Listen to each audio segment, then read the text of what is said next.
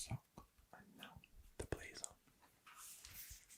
So, the Nike blazer, the granddaddy and the oldest of all Nike basketball shoes. The blazer was released in 1973. Its aim was to knock Adidas and Converse off the courts. The initial blazers had a particularly large swoosh logo and were available in leather, suede and canvas. There is nothing groundbreaking in its design, but this shoe helped to launch a giant. Here's the blazer here.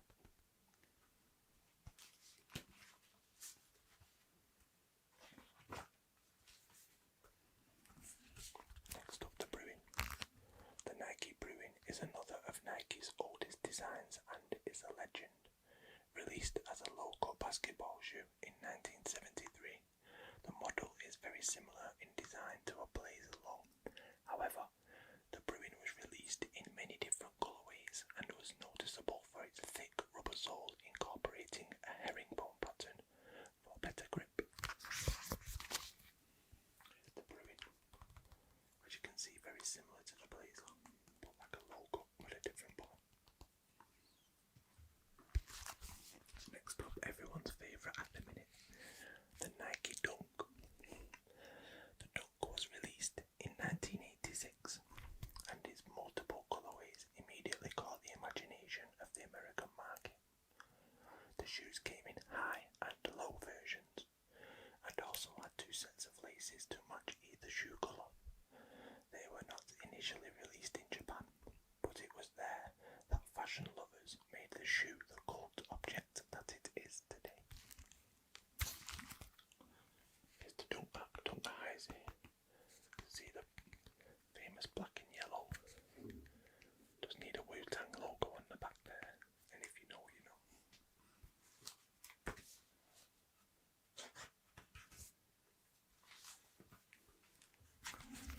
Next up, the Terminator, Harris Tweed. Definitely one of the more interesting reworks of a classic model. Nike here juxtaposes the original aggressive Terminator from 1985 by softening it through utilising the traditional Harris Tweed fabric.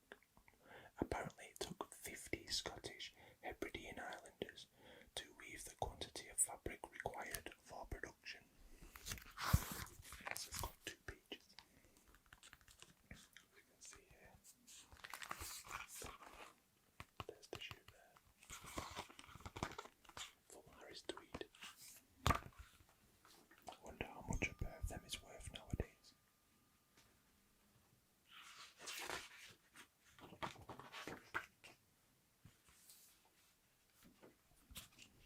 Next up is the HTM Air Woven.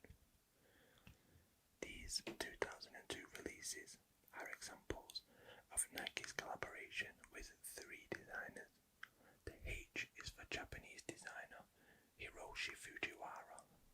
The T is Nike's Jordan designer Tinker Hatfield.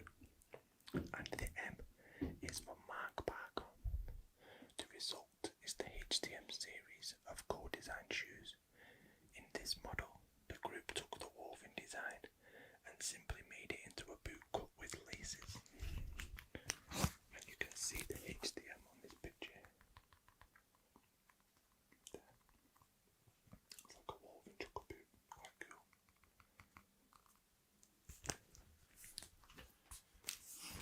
Next up, another very popular shoe in recent years is the Nike Erupture. In 1993, Nike released its Erupture series of trainers. There was a basketball version, as well as the normal runner seen here in white, and the super lightweight higher specification Erupture racer, which is here in blue. The new idea was an inner sock worn inside the shoe, with the shoe cut away to expose the ankle, and reinforced for providing extra stability. People liked them, especially the racer, which gained many fans. Here you go, Erupture racers, and then the other blue ones here, which are the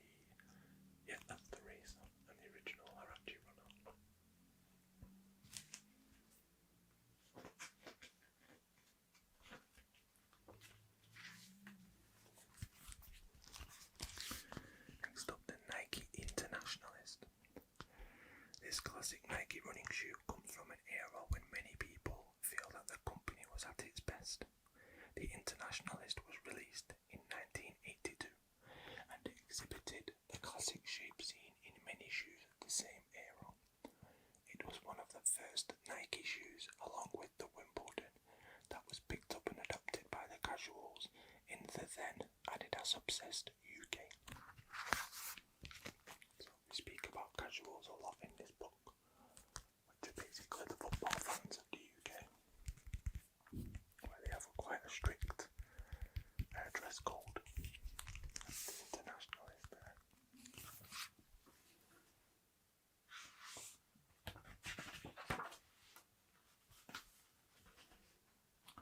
Next up, the Nike Mayfly.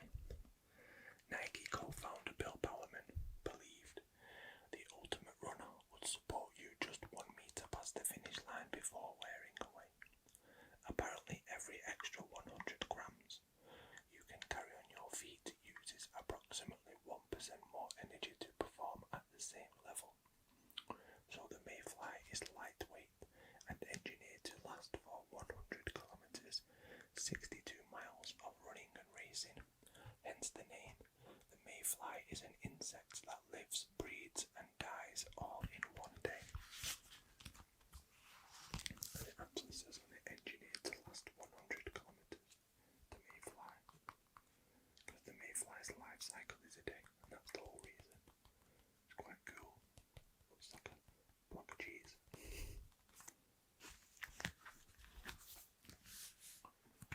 Next up, the Nike Omega Flame.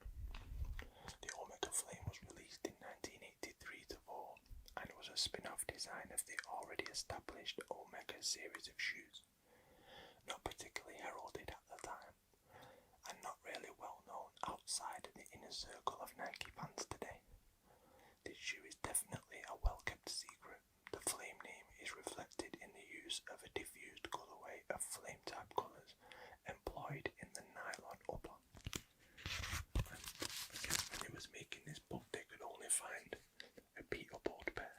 That's probably how rare they are. So you can see orange and yellow colours. It's really cool.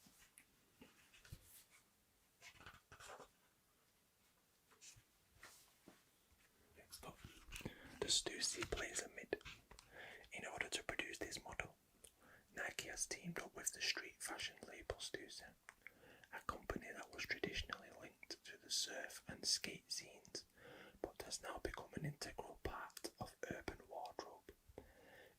In this 2002 example, Stussy reworked Nike's old-school classic, the Blazer, giving it a modern image by incorporating neon-colored swoosh logos.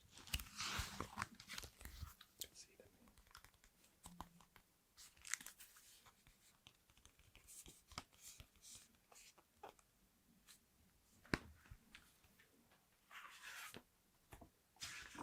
What's good is the Nike and Stussy relationship still lives on today. The Nike Terra TC.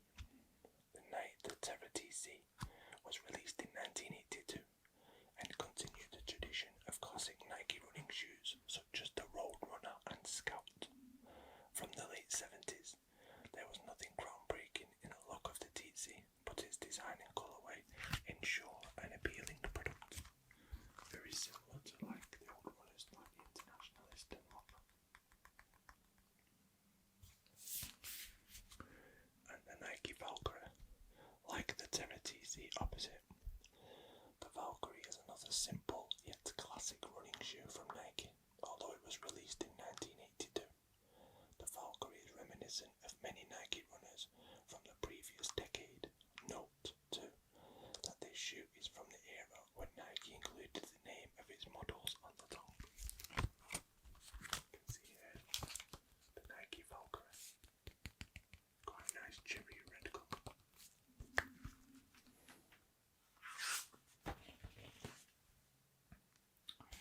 And then back to basketball, the Nike Vandal Supreme. The Nike Vandal Supreme first released in 1987 at the top end of the series, has just been re-released and is generating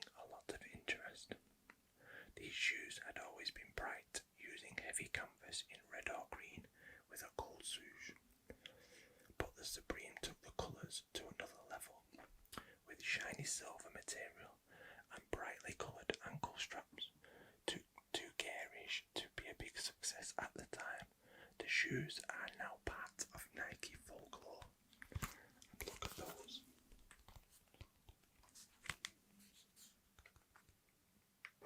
Very nice, very futuristic looking for being around in like the mid-80s.